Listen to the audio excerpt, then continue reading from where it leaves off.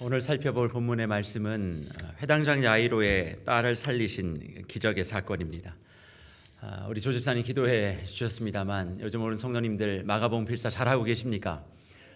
그 필사 가운데 하나님의 능력과 또 하나님께서 함께 하심이 분명히 확인되어지고 내 삶의 해답을 세상이 아닌 말씀에서 찾는 복이 우리 모든 성도님들 가운데 함께 하시기를 간절히 축복합니다. 마가복음 필사하시면서도 느끼셨겠지만 이 회당장 야이로의 딸을 살리셨던 이 기적 사건은 혈루병 걸린 여인을 치유하신 그 사건과 맞물려 있음을 보게 되었습니다.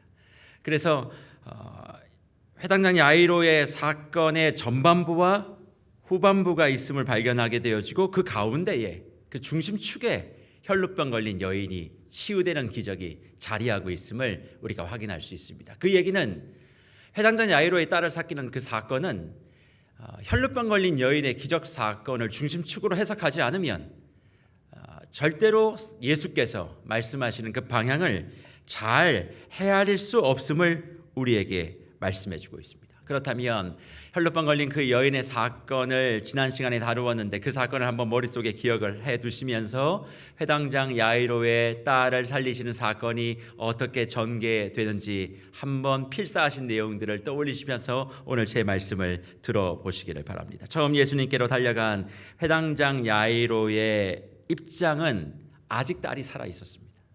죽은 게 아니었어요. 예수님을 향해서 발걸음을 옮겼던 그 아버지 야이로는 딸이 여전히 살아 있었기 때문에 예수님이 오시기만 하면, 예수님께서 만나주시기만 하면 이 딸이 살 수 있다라고 하는 그런 기대와 희망을 가지고 그 예수 그리스도 앞에 달려 나옵니다. 그래서 마가복음 5장 23절에서 보면 내 어린 딸이 죽게 되었으나 오셔서 손을 얹어주시기만 하시면 내 딸이 구원을 받아 살 것입니다 라고 예수님을 만난 자리에서 고백하는 그 아버지 야이로의 그 이야기를 성경은 기록하고 있습니다. 그 말을 들으시고 예수님 어떻게 하십니까? 그 딸을 고치기 위하여 야이로와 동행하여 야이로의 집으로 가는 도중에 혈루병 걸린 여인이 예수님의 옷깃을 만졌고 그 여인은 치유받는 기적을 체험하게 되어집니다. 그런데 문제는 혈루병 여인을 치유하는 그 시간 동안 회당장 야이로의 딸은 그만 죽어버린다는 사실이죠. 야이로 입장에서는 이렇게 생각할 수 있지 않았을까요? 혈루병 걸린 여인만 아니었으면, 조금 더 그 걸음이 재촉되어서 그 딸을 만날 수만 있었다면 분명히 치유될 수 있지 않았을까라는 그런 생각, 또 한편으론 내가 먼저 나와서 내 딸을 고쳐달라고 예수님께 말씀을 했는데 순서상 봐도 내가 먼저인데 왜 예수님은 당장 급하지도 않고 지금 죽음의 고비 가운데 있지는 않은 그 여인을 먼저 택하셔서 위중하고 급한 자신의 딸은 뒤로 하고 그 여인을 치유하고 있는가에 대한 불평과 원망이 충분히 있었을 겁니다. 그러나 이유가 어찌됐든 지금 상황은 어쩔 수 없는 절망의 상황, 한 줄기 가지고 있었던 모든 희망과 소망까지도 다 사라져버린 그 상태의 야이로가 직면해 있습니다. 그래서 성경은 그가 두려워하고 있었다. 그래서 예수님께서 36절 하반절에 두려워하지 말라라고 말씀하셨다. 당연히 딸이 죽었고 자기가 지금 더 이상 무엇을 할 수 없는 상태에 있으니 당연히 두렵지 않았겠습니까? 그런데 본문을 다시금 한번 읽어보면 이 두려움에 대한 예수님의 새로운 시각, 단지 죽음에 대한 두려움이 아닌 회당장 야이로를 통해서 일상을 살아가고 있는 저와 여러분들에게, 또 저와 여러분들이 경험하게 되어지는 그 두려움에 대한 새로운 해석을 발견할 수 있다, 저는 그렇게 생각합니다. 그것이 무엇일까요? 혈루병 걸린 여인을 치료하신 이후의 내용, 곧 회당장 야이로의 딸을 고치는 후반부에 해당되어지는 내용의 시작이 오늘 우리가 읽은 본문 마가복음 5장 35절부터의 내용인데 35절부터 한번 저와 살펴보시겠습니까? 35절입니다. 아직 예수께서 말씀하실 때에 회당장의 집에서 사람들이 와서 회당장에게 이르시되 당신의 딸이 죽었나이다. 어찌하여 선생을 더 괴롭게 하나이까? 그렇게 기록하고 있습니다. 혈류병 걸린 여인을 치료하셨어요. 그리고 계속적으로 예수님이 말씀을 이어가세요. 그런데 그 시간은 회당장 야이로에게는 총각을 다투는 시간이란 말이에요. 그리고 또 예수님의 말씀보다는 지금 야이로는 관심이 어디가 있겠어요? 자기 딸이죠. 딸을 살려야 되는데 지금 예수님의 말이 그의 귀 가운데 들려오겠습니까? 딸에 대한 염려와 걱정과 근심, 그리고 당장 집에 발걸음을 옮기지 아니하는 주님에 대한 그런 불편하고 복잡한 마음들이 오고 가는 그 시간에 야이로의 집에서 사람들이 옵니다.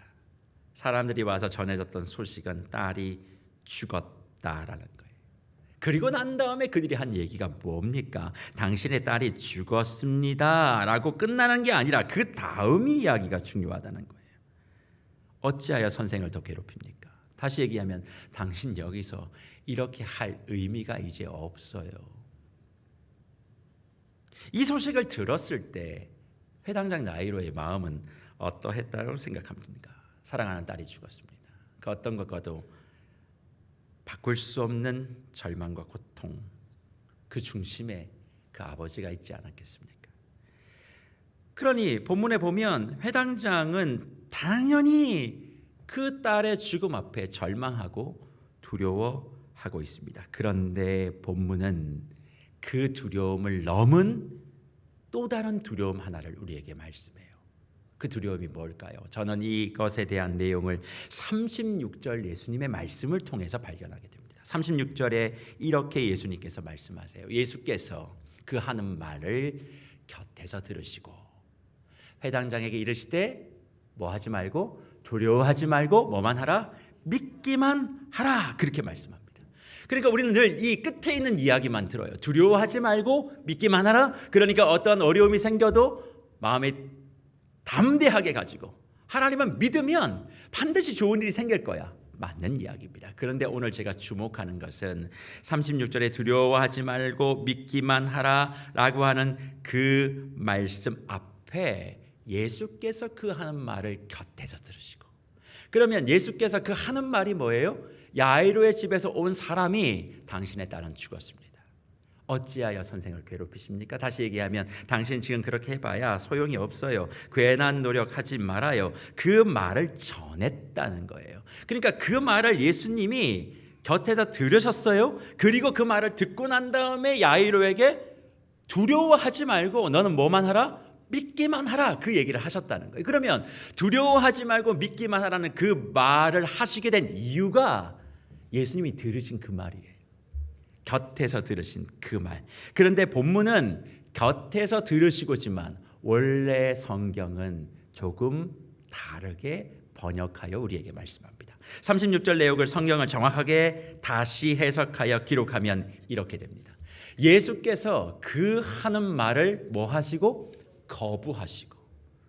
거부하시고 회당장에게 말씀하시되 두려워 말고 믿기만 하라. 저 거부하시고라는 말이 파라코라는 말이에요.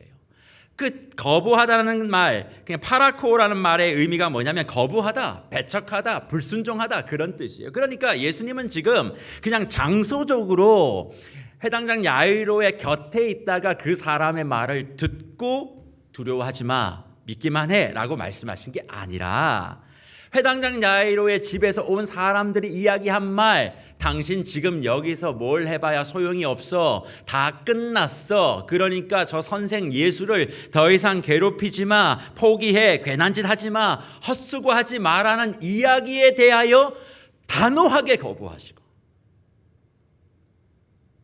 믿기만 하라, 두려워하지 말라 말씀하셨다는 겁니다. 그렇다면 회당장 야이로의 두려움의 실체가 무엇일까요? 회당장 야이로가 지금 경험하고 있는 그 두려움의 근원적인 실체는 죽음입니다. 그러나 그 죽음 앞에, 더 구체적으로 얘기하면 그 죽음 앞에, 야이로의 딸이 죽었던 그 죽음 앞에 아무 손도 쓸 수 없는 자신의 나약함이 가장 두려웠던 거예요. 딸을 살리기 위한 절박함과 간절함을 가지고 예수께로 나왔습니다. 받아들인 상황은 딸이 죽었어요. 그거를 바라보고 있는 사람들은 이야기합니다. 그렇게 애쓰더니 안 됐잖아. 그렇게 간절함을 가졌는데 결과가 뭐야? 포기해, 수고하지 마, 너의 그런 수고 다 헛된 것이야 라고 하는 이런 수많은 자기 앞에 서 있는 장벽과 장애물들 앞에 어떤 것도 할 수 없는 초라한 자기 자신이 두려움의 본질이었던 것입니다. 누구에게나 사람은 간절한 것들이 다 있어요. 그것이 중요하고 크고 작고 그것에 어떤 것이든 상관없이 다 내 마음과 정성을 다해서 그 모든 일들을 이루고 싶은 마음의 소원은 모든 사람들이 누구 하나 가지고 있습니다. 그런데 그것을 온전히 이루어내지 못할 때, 어떤 수많은 장애와 장벽에 막혀서 어찌할 수 없을 때 우리는 나 자신을 부정하고 싶어요. 내가 가지고 있는 그 나약함이 그렇게 몸서리치게 싫은 것이지요. 그리고 그 일을 감당하지 못하는 그 공포가 이제는 그 시점으로부터 시작하여 계속 나를 따라다니며 나는 어찌할 수 없는 존재, 나는 실패자, 나는 모든 것을 할 수 없는 사람이라고 하는 자기 스스로의 낙인을 찍고 살아가고 있는 두려움에 사로잡힌 사람들이 우리 주변에 얼마나 많이 있는지 모릅니다. 그리고 또 그런 상황에 처해 있을 때 어떻게든 내가 한번 몸부림쳐서 그것들을 이겨내고 싶은데 수많은 사람들이 이렇게 이야기합니다. 지난번에도 실패했는데 이번에 되겠어? 나를 향한 편견적, 편협적 시선들, 이미 넌 끝났어. 넌 다시 재기할 수 없어. 넌 일어설 수 없어. 그렇게 이야기하는 시선과 평가의 내용들이 나를 두렵게 하고 힘들게 하는 우리가 살아가는 현실이고 이 땅의 만연한 분위기임을 부인할 수 없습니다. 그래서 딸의 죽음의 소식을 듣고 발걸음을 옮겨 야이로의 집에 도착했을 때 성경은 38절에 뭐라고 얘기합니까? 그 모든 집안 전체가 울며 심히 통곡하고 있었다. 저는 이 내용이 단지 죽음에 대한 울음과 슬픔이지만 이 세상의 모든 상황들을 대변하고 있는 주의 말씀이라고 생각합니다. 세상 도처에 희망과 소망보다는 낙담과 절망과 포기, 한번 낙인 찍히면 다시 돌이킬 수 없고 끊임없이 뭔가를 이야기하면 그거 다 헛것이라고 이야기하고, 하나님을 향한 그 믿음을 가지고 뭔가 간절함을 가지고 있어도 그것을 의미 없는 것으로 저평가하고 깔아뭉개는 그런 세상의 현실의 어두움의 그림자를 성경이 보여주고 있다는 거죠.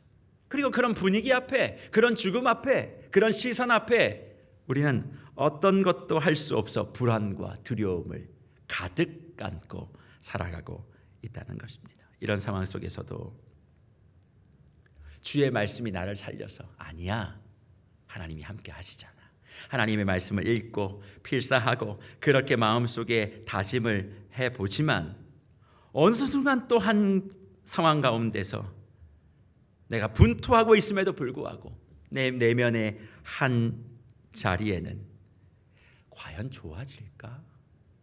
더 나아질 수 있을까? 내 상황과 삶의 여건들이 정말 좋아질 수 있을까? 주님이 함께 하셔도 그럴 수 있을까?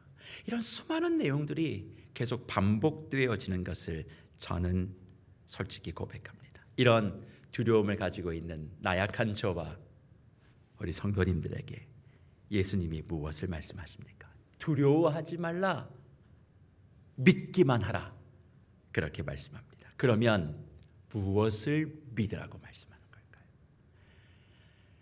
당연히 예수 그리스도의 능력을 믿는 것입니다. 그런데 그 믿음은 그냥 믿는 것이 아니라 오늘 해당장 야이로의 사건의 과정 속에서의 믿어야 될 믿음의 방향 하나를 이미 보여주셨어요. 아까도 처음에 서두에 말씀드렸습니다만 회당장 야이로의 딸을 살리는 이 기적의 사건은 뭐를 중심으로 봐야 된다고요? 혈루병 걸린 여인을 치유한 사건을 통해서 봐야 되는 거예요. 그러면 지금 회당장 야이로에게 두려워하지 말고 믿기만 하라라고 하는 그 믿는다는 사실은 단지 예수 그리스도의 능력을 추상적으로 믿는 것이 아니라 네가 지금 조금 전에 12회 동안 혈루병을 앓고 있는 그 여인이 옷깃만 만지고 그 말씀을 듣고 믿음으로 실천하여 그 병이 치유되었음을 보지 않았느냐? 네가 믿어야 될 것은 단지 추상적으로 믿는 예수 그리스도의 능력이 아니라 네 눈 앞에서 말씀을 붙들고 그 예수 그리스도를 믿는 구체적인 실천을 실현함으로 말미암아 치유받았던 그 혈루병 여인의 그 믿음을 지금 야이로가 선택한다면 죽음조차도 생명으로 바꾸시는 하나님의 놀라운 능력이 있으니 야이로야, 두려워하지 말고 혈루병 걸린 여인을 고쳤고 부정한 것을 정한 것으로 만들었고 답답한 가운데 수많은 시선 가운데서도 주님만을 바라보는 그 구체적인 실제를 감당했던 그 혈루병 여인을 네가 기억한다면 두려워하지 마. 너는 믿기만 해. 그 말씀을 하시는 겁니다. 내 눈앞에 보았던 그 일이 이제는 너의 것이 되어야 해. 단지 눈으로 바라보며 그 사람은 좋겠다라고 이야기했던 그 믿음의 구체적인 응답과 실체가 이제는 너의 고백, 너의 믿음, 너의 응답, 너의 확신이 되어야 한다라고 두려워하지 마. 이제는 믿기만 해. 그렇게 말씀하는 줄 믿습니다. 그래서 사랑하는 성도 여러분, 지금 내가 간절히 바라고 원하는 그 일을 하지만, 그 일을 지금 감당하지만 때론 내 뜻대로 되지 않아서 소망이 없는 상황에 직면해 계십니까? 애를 썼어요. 그 일을 이뤄내기 위해서 누구보다 마음과 정성을 다 했어요. 근데 결과가 좋지 못했어요. 그랬다 할지라도 그 순간 하나님이 우리에게 요구하시는 그 믿음은 다른 것이 아닙니다. 지금까지 어려워도 여기까지 왔지, 지금까지 힘들어도 주님이 여기까지 인도해 주셨지, 그렇다면 지금까지 인도해 주셨던 그 하나님을 향한 그 은혜와 하나님의 손길을 네가 기억하고 지금 이 순간 내 앞에 있는 그 장애물이 두려움 가운데 있다 할지라도 나를 여기까지 인도해 주신 그 하나님의 구체적인 상황과 그 여건들과 은혜를 기억해내고 다시 한번 주님을 선택하는 믿음의 자리에 네가 굳건히 서 있으면 그 모든 것도 주님께서 해결하시고 마음의 두려움과 공포를 해결해 주시겠다 약속하고 있는 것입니다. 아무것도 안 되는 것 같아 보여도 무엇이라도 해야 될 것 같은 그런 절박한 상황 가운데 용기를 내어 아무도 안 된다 이야기했을 때 발걸음을 내딛고 예수의 옷깃을 만지고 주님의 부르심에 응답하여 그 자리에 일어나 주님의 기적과 치유와 평안을 경험했던 그 혈루병 걸린 여인을 치유하셨던 믿음의 행동이 지금 야이로에게 있느냐 주님이 말씀하시는 거예요. 그리고 삶의 자리에서 넌 지금 믿음의 선택을 해야 해.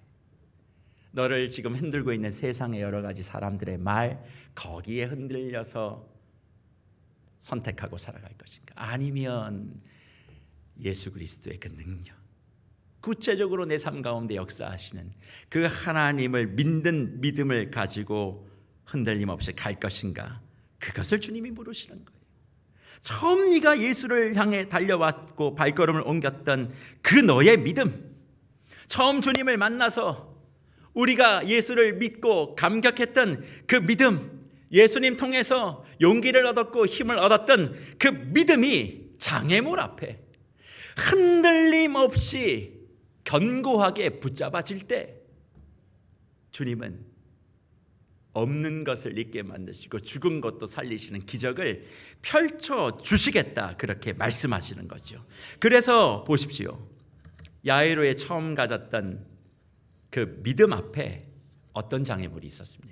혈루병 걸린 여인이라는 장애물이 있었습니다. 그 장애물 한 곱이 넘고 나니 어떤 장애물이 또 있어요? 자기의 사랑하는 딸이 죽었다라고 하는 장애물이 있었습니다. 그 장애물을 직면하고 나니 또 어떤 장애물이 그에게 다가왔습니까? 사람들의 이런저런 말들이 장애물이 되어진 거예요. 그러니까 야이로 앞에는 세 가지의 삼중 장애물이 놓여져 있었습니다. 그 장애물 앞에 예수님은 야이로에게 물으셨어요. 두려워하지 말고 있게만 해. 다시 말해, 내가 처음 나를 만나러 왔던 그 순수하고 순전한 그 믿음을 흔들리지 않고 가야 한다. 수많은 장애물이 있어도 처음 내가 나를 찾아왔던 그 믿음을 흔들리지 않고 믿음의 선택을 해야 그 다음에 내가 약속한 것들을 너에게 줄 것이야. 그렇게 말씀하시는 거예요. 마치 이것은 하나님 나라의 비유에서 말씀한 것 같이 하나님의 말씀이 씨가 되어 떨어졌을 때 염려와 근심과 걱정과 욕심에 의해서 말씀은 듣지만 뭘 맺지 못하는, 열매를 맺지 못하는 가시떨기에 떨어져 있는 하나님의 백성들에게, 혹은 말씀이 떨어졌으나 돌밭에 떨어져서 뿌리가 없으므로 환난과 어려움이 생기면 그 자리에서 쓰러지고 넘어지는 그런 돌밭에 떨어진 그런 주의 백성들에게 이제는 가시떨기에서, 돌밭에서 좋은 땅과 밭으로 믿음의 선택을 해서 옮겨오라고 하는 주님의 요청이고, 그리고 그런 마음을 야이로에게 하나님 나라에 대한 비유를 설명하시고 하나님 나라의 기적 세 번째인 야이로의 딸을 고쳐주시면서 말씀해 주시며, 이런 상황 가운데 있는 저와 여러분들을 하나님 나라의 풍성한 열매를 맺는 좋은 밭으로 믿음의 선택을 하여 이동되기를 원하시는 주의 요청이 있는 줄 믿습니다. 명백한 상황과 기초에 의거하면 야이로의 집에서 온 사람들의 말이 다 맞아요. 죽었는데 무슨 소용이 있어요? 다 헛것이지요. 그런데 그것을 따를 것이냐? 아니면 불가능해요. 다 상황은 이미 게임 끝났어요. 그러나 나에겐 누가 있어요? 예수님이 계시는 거예요. 그러니까 그 예수 그리스도를 믿고 따를 것이냐, 인생은 둘 중에 하나예요. 예수님을만을 바라보며 믿음의 길을 갈 것이냐, 아니면 세상의 판단, 세상에 여러 가지 있는 그런 명백한 현실과 사실에 기초한 그 사람들과 그 내용을 따를 것이냐, 인생은 두 갈림 중에 하나인데 그 두 가지 선택의 갈림길 가운데서 야이로는 누구를 따르기를 결정합니까? 예수를 따르기를 결정합니다. 함께 집으로 가잖아요. 예수님과 함께 가잖아요. 모든 게 끝났으면 뭐라고 얘기해야 맞아요? 예수님 오실 필요 없습니다. 이미 끝났습니다. 내가 당신을 믿었는데 이미 다 끝났는데 뭘 가십니까? 라고 얘기해야 될 텐데, 야이로는 그 순간 가시떨기와 그리고 돌밭에 떨어져 있는 자신의 믿음을, 흔들릴 수 있었던 그 믿음을 좋은 밭으로 이동시키고, 그래 주님과 끝까지 한번 가보리라, 그렇게 말씀하며 함께 집으로 예수님과 갑니다. 그러니 예수님과 함께 가신, 야이로와 함께 간 그 예수님이 모든 사람들 앞에서 그 야이로의 딸을 향해 뭐라고 말씀하시는 줄 아십니까? 39절입니다. 이렇게 이야기하죠. 들어가서 그들에게 이르시되 너희가 어찌하여 떠들며 우느냐? 이 아이가 죽은 것이 아니라 잔다, 그렇게 말씀합니다. 사실 이 잔다라는 말에 대해서는 좀 유대의 문화를 좀 아실 필요가 있어요. 유대인들은 죽음을 잠에 비유해서 저 사람이 저분이 잠드셨습니다, 그러면 그건 죽음을 비유적으로 표현하는 거예요. 그래서 그 비유적으로 표현하는 그 단어가 하나가 있는데 그것이 코이마이오니라고 하는 말입니다. 코이마오마이라는 단어를 써요. 이게 요한복음 11장에서 나사로를 살릴 때 주님께서 그렇게 사용을 하셨습니다. 그런데 오늘 본문은 코이마오마이라는 죽음을 잠에 비유하는 그런 내용을 사용하지 않으시고 카도슈라는 단어가 있습니다. 이건 무슨 얘기냐면, 우리 어제 잘 주무셨습니까? 아니, 못 주무시고 오셨습니까? 잘 주무셔야 돼요. 그냥 사람이 자는 수면을 이야기합니다. 그러니까 은유적인, 죽음을 비유적인 표현으로 하는 것이 아니라 말 그대로 진짜 자는 거예요. 그러니까 이 아이가 죽음을 비유하여 잔다라고 예수님 말씀하시는 게 아니라, 예수님이 이 야이로의 딸을 보시자마자 얘 지금 잠자고 있어, 수면 취하고 있어 라고 이야기를 한 거예요. 그러니까 그 얘기를 들은 유대인들이 뭐라고 얘기하냐면 비웃었다, 그렇게 얘기하셨습니다. 그러니까 당대 문화에서 이 죽음을 잠이라고 비유적으로 표현한 것이라면 유대인들이 비웃지 않았어요. 근데 여기서 지금 사람들이 비웃었다고 말하잖아요. 왜 그렇습니까? 지금 잔다고 얘기하니까, 수면을 이야기하고 있으니까. 왜요?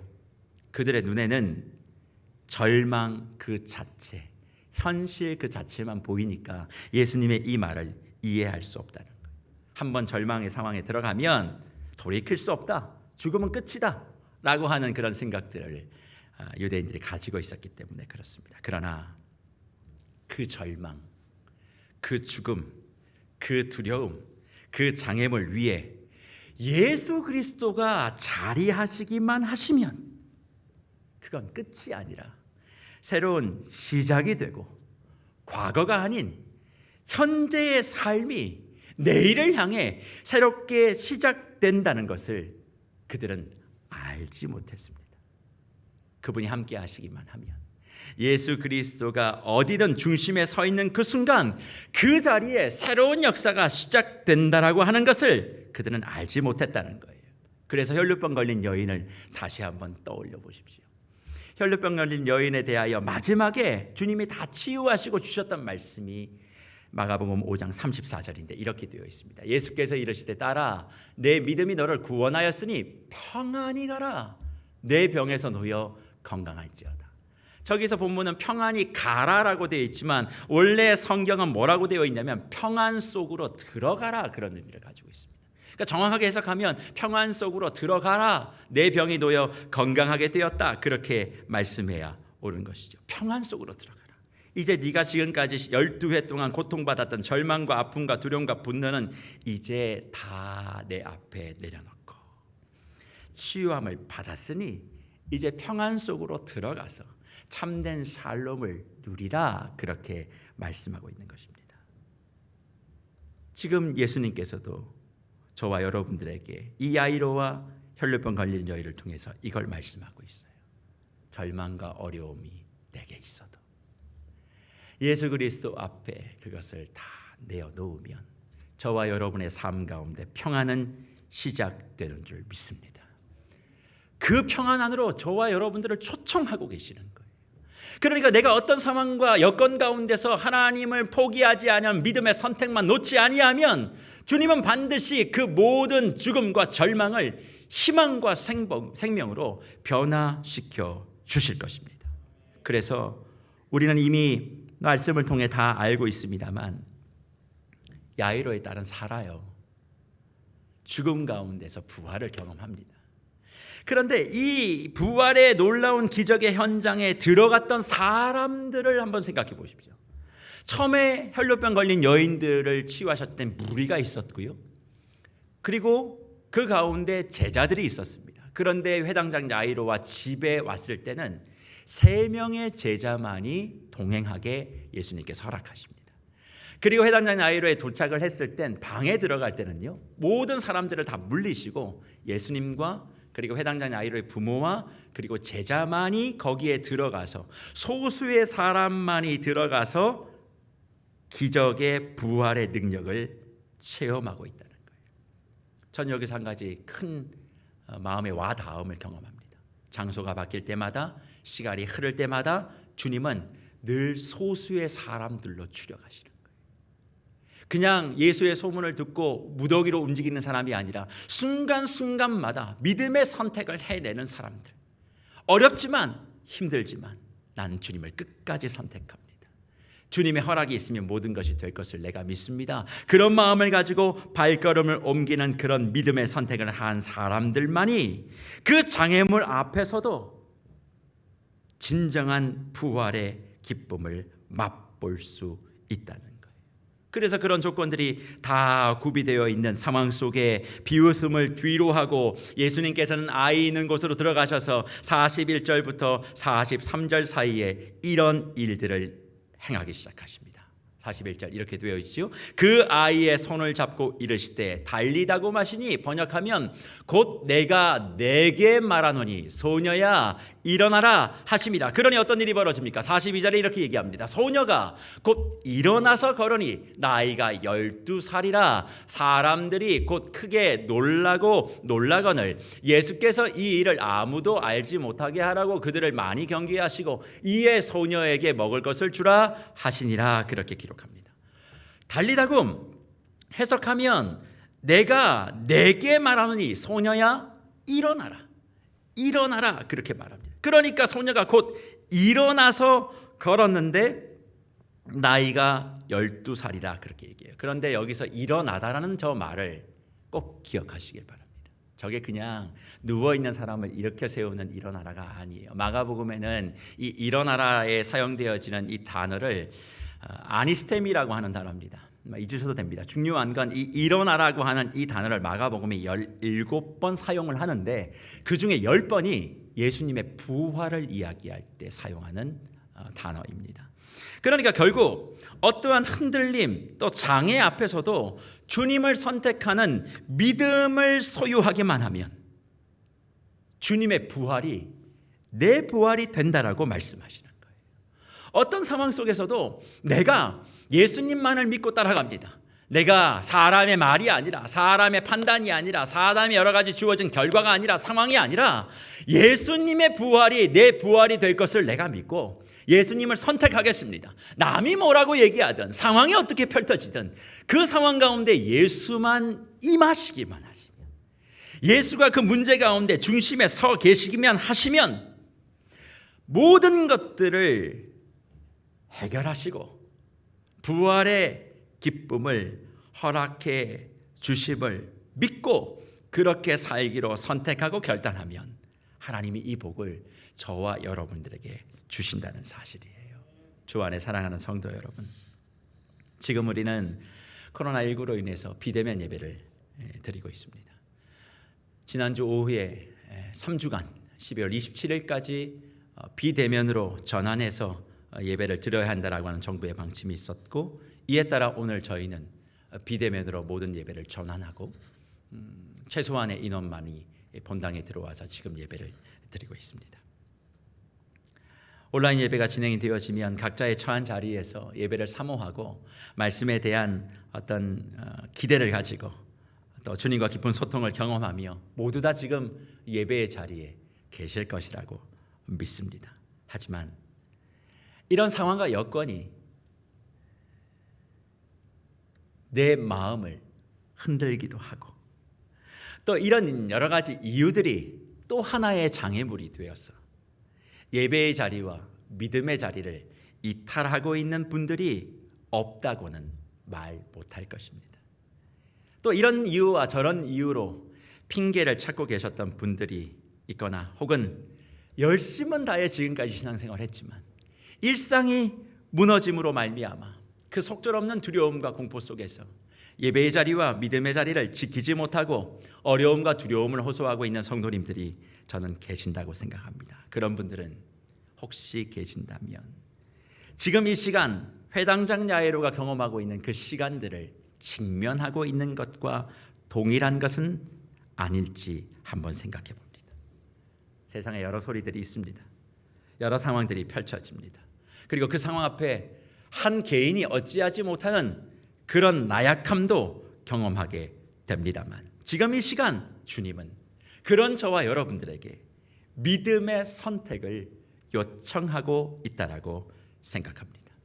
지금 이 시간 눈에 보이고 귀에 들리고 또 내가 지금 처하고 있는 그런 마음의 요동을 따라서 내 삶의 발걸음을 옮길 것이냐, 아니면 예수 그리스도가 함께 계시면 예수의 그 부활이 내 부활이 되는 줄 믿고 강건하게 믿음을 선택하여 끝까지 주님을 따라갈 것이냐, 그것을 주님이 우리에게 말씀해 주시는 줄 믿습니다. 그렇다면 저는 오늘 말씀에 근거하여 오늘 예배를 드리시는 모든 분들, 또 코로나 때문에 3주간 온라인으로 참여하시는 모든 주의 권속들에게 이 말씀을 이렇게 적용하고 실천함으로 말미암아 부활의 기쁨과 기적을 맛볼 수 있는 은혜가 우리 모두에게 있기를 간절히 소망하며 3주의 시간 동안 세계로교회 성도님들이 실천해야 될 3가지 믿음의 선택을 말씀을 좀 드리려고 합니다. 첫째는 주일과 수요 예배에 참여를 통한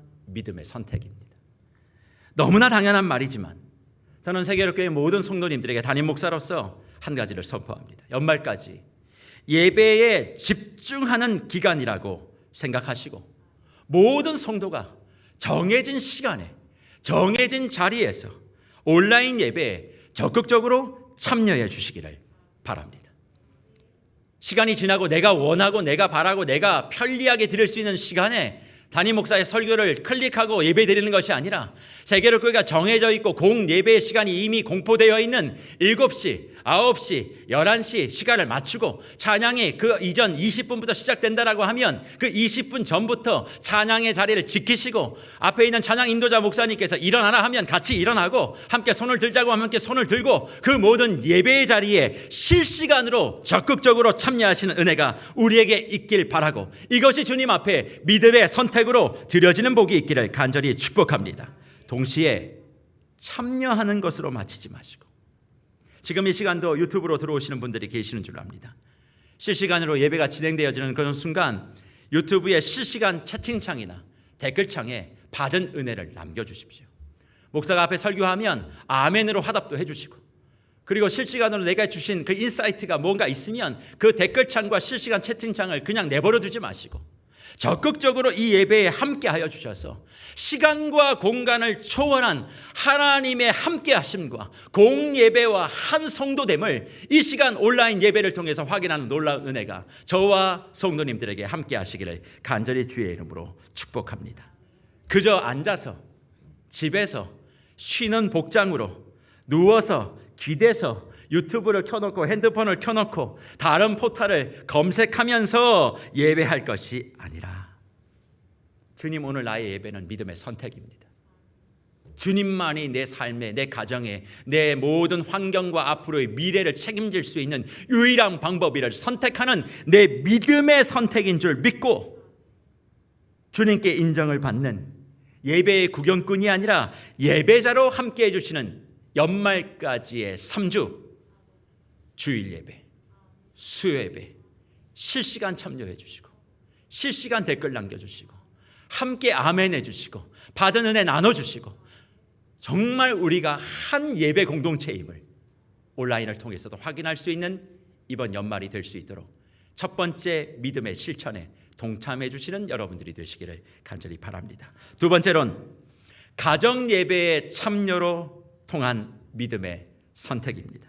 가정 예배를 일주일에 한 번씩 반드시 모여 진행해 주시길 바랍니다. 이 얘기를 하면 이렇게 물으시는 분들이 계세요. 목사님, 저는 혼자 신앙생활합니다. 저는 가정 예배 드리는 분이 같이 예배 드릴 수 있는 분이 없습니다. 그런 분들이 있습니다. 괜찮습니다. 제가 그런 이야기를 하시는 모든 분들에게 이런 말씀을 한번 드립니다. 실제로 있었던 일이죠. 어느 아내 되시는 분이 아무리 기도해도 남편이 신앙생활을 안 하는 거예요. 그래서 너무너무 그게 마음속에 답답하고 힘들어서 어느 순간 그런 마음이 불쑥 들었답니다. 남편의 구두를 들고 온 거죠. 예배 시간에 그냥 구두를 가지고 와서 가슴에 품고 왔다가 강단 앞에 구두를 놓은 거예요. 그리고 그 구두를 놓고 기도했답니다. 하나님, 곧 올 텐데 구두만 먼저 왔습니다. 구두 주인 구두 찾으러 이 예배당 좀 오게 해주십시오. 정말 실제로 있었던 이야기예요. 나중에 어떤 일들이 벌어졌습니까? 그 남편 그 예배의 자리에 참여했던 거예요. 저는 홀로 가정에서 신앙생활을 하는 분들도 이 마음으로 가정 예배를 드려주시기 바랍니다.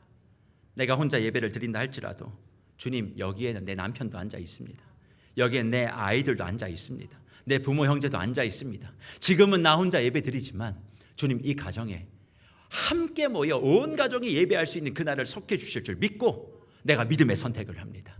내가 이 어둠 가운데 정말 영혼의 어두움을 가지고 있는 우리 가정 속에 내가 복음의 빛, 부활의 빛 내가 선택하오니 은혜를 베풀어 주시옵소서. 가정 예배라고 해서 뭐 거창한 예배 형식 그런 거 가지지 마십시오. 그냥 주일날 받은 말씀, 들은 이야기, 들은 말씀 다시 한번 복기하시고 다시 읽으시고 다시 들으시면서 그것들 속에서 내게 주어진 그 도전들이 무엇인지를 가족들과 좀 나누시고 또 그게 없다면 다시 오늘 주일 설교 말씀을 유튜브로 들으시고 다시 그 말씀에 묵상하시고 그걸 가지고 기도하게 되어질 때에 주님은 가정 안에 달리다굼의 역사를 허락해 주실 줄 믿습니다.